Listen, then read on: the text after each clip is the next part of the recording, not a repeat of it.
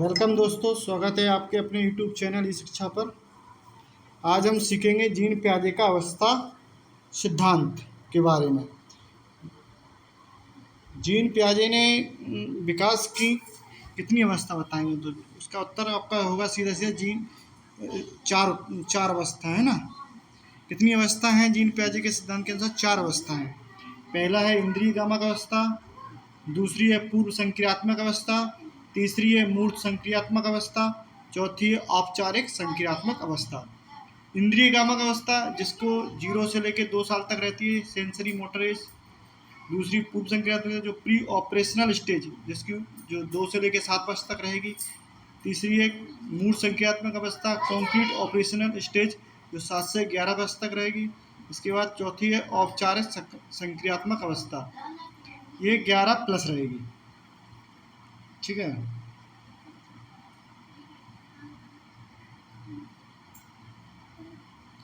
चलिए दोस्तों, पढ़ते हैं आगे। पहली अवस्था कौन सी है? पहली अवस्था इंद्रिय गामक अवस्था, जिसकी उम्र कितनी है? 0 से लेकर 2 वर्ष, है ना। कितनी? 0 से लेकर 2 वर्ष तक। तो इस अवस्था बालक क्या करता है? जो भी क्रिया करेगा बालक, वो अपनी उसकी इंद्रियों के द्वारा करेगा, है ना। इसमें एक प्रयोग है गेंद और कम्बल का प्रयोग। इसमें आँख से ओझल, जैसे ये दिख रहा होगा आपसे, आँख से ओझल,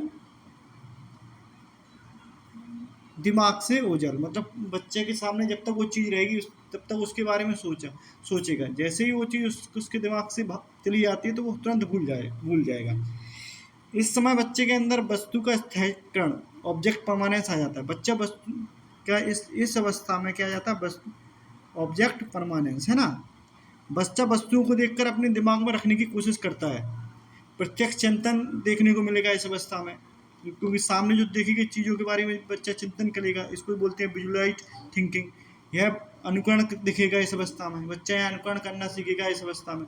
तो इस अवस्था में मुख्य 3 चीज़ें इंपॉर्टेंट रहती हैं: object permanence, visual thinking and imitation. ठीक है दोस्तों, अब आगे बढ़ते हैं दूसरी अवस्था की ओर। दूसरी अवस्था है पूर्व संक्रियात्मक अवस्था। दूसरी अवस्था है पूर्व संक्रियात्मक अवस्था, जिसकी उम्र है 2 से लेकर 7 वर्ष तक। इसमें एक प्रयोग है 3 पर्वत परीक्षण। ये दिख रहा होगा जैसे 3 पर्वत परीक्षण। इसमें क्या रहेगा? अगर बच्चा इस साइड से देखता है, जो लंबा वाला है, अगर इस साइड से बच्चा देखता है तो वो कहेगा एक ही पर्वत है।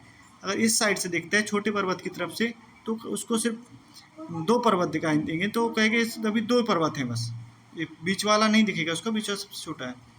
मतलब इसमें क्या रहेगा? इससे क्या करने की कोशिश की गई है?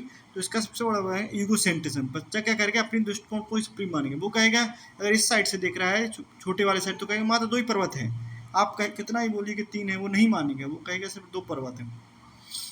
उसमें दूसरा ट्रांसैटिक थिंकिंग आ जाएगी, प्राज्ञानात्मक चिंतन। इसमें क्या रहता है? वो अपने चिंतन के हिसाब से बच्चा फैसला लेना शुरू कर देता है। इसी को दिखता है, अगर इससे देख रहा है बड़े पर्वत की तरफ से देख, वो कहेगा 1 पर्वत है। आप कितना भी कहेंगे 3 कहें, वो नहीं मानेगा। अगर बच्चे से पूछा जाए, इसका एक उदाहरण लिखा हुआ है, पढ़ेंगे आप। अगर बच्चे से पूछा जाए कि सेब चाहिए, तो वह बोलेगा हाँ चाहिए।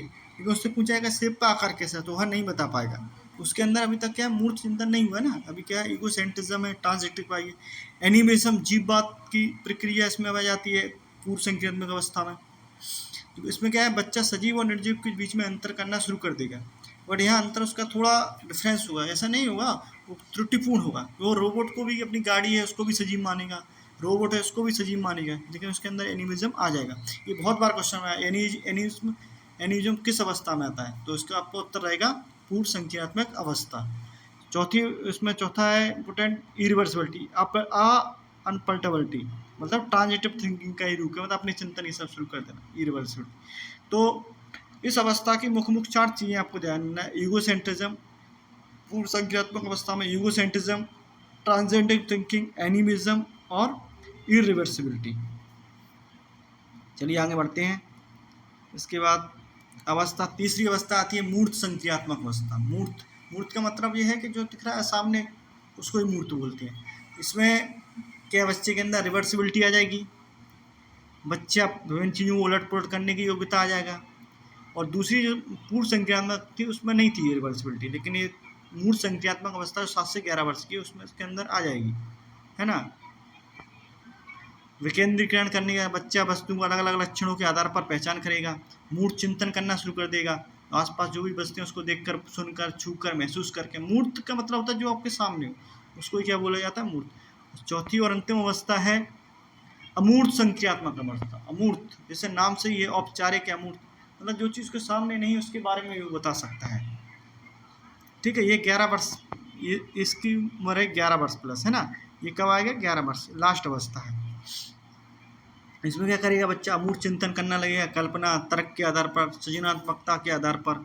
अपसारी चिंतन करेगा, अभिसारी चिंतन करेगा। अपसारी जैसे नाम से ही आपको दिख रहा है, वैसे अलग अलग चिंतन करेगा, मतलब एक ही चीज़ की अलग अलग डाइवर्स थिंकिंग होगी उसकी, डाइवर्स, अलग अलग तरीके से एक ही सॉल्यूशन के, एक ही क्वेश्चन के अलग अलग सॉल्यूशन निकालेगा।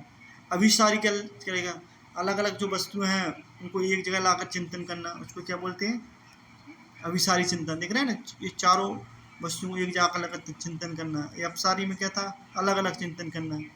और एक इम्पोर्टेंट टर्म दिया है स्कीमा।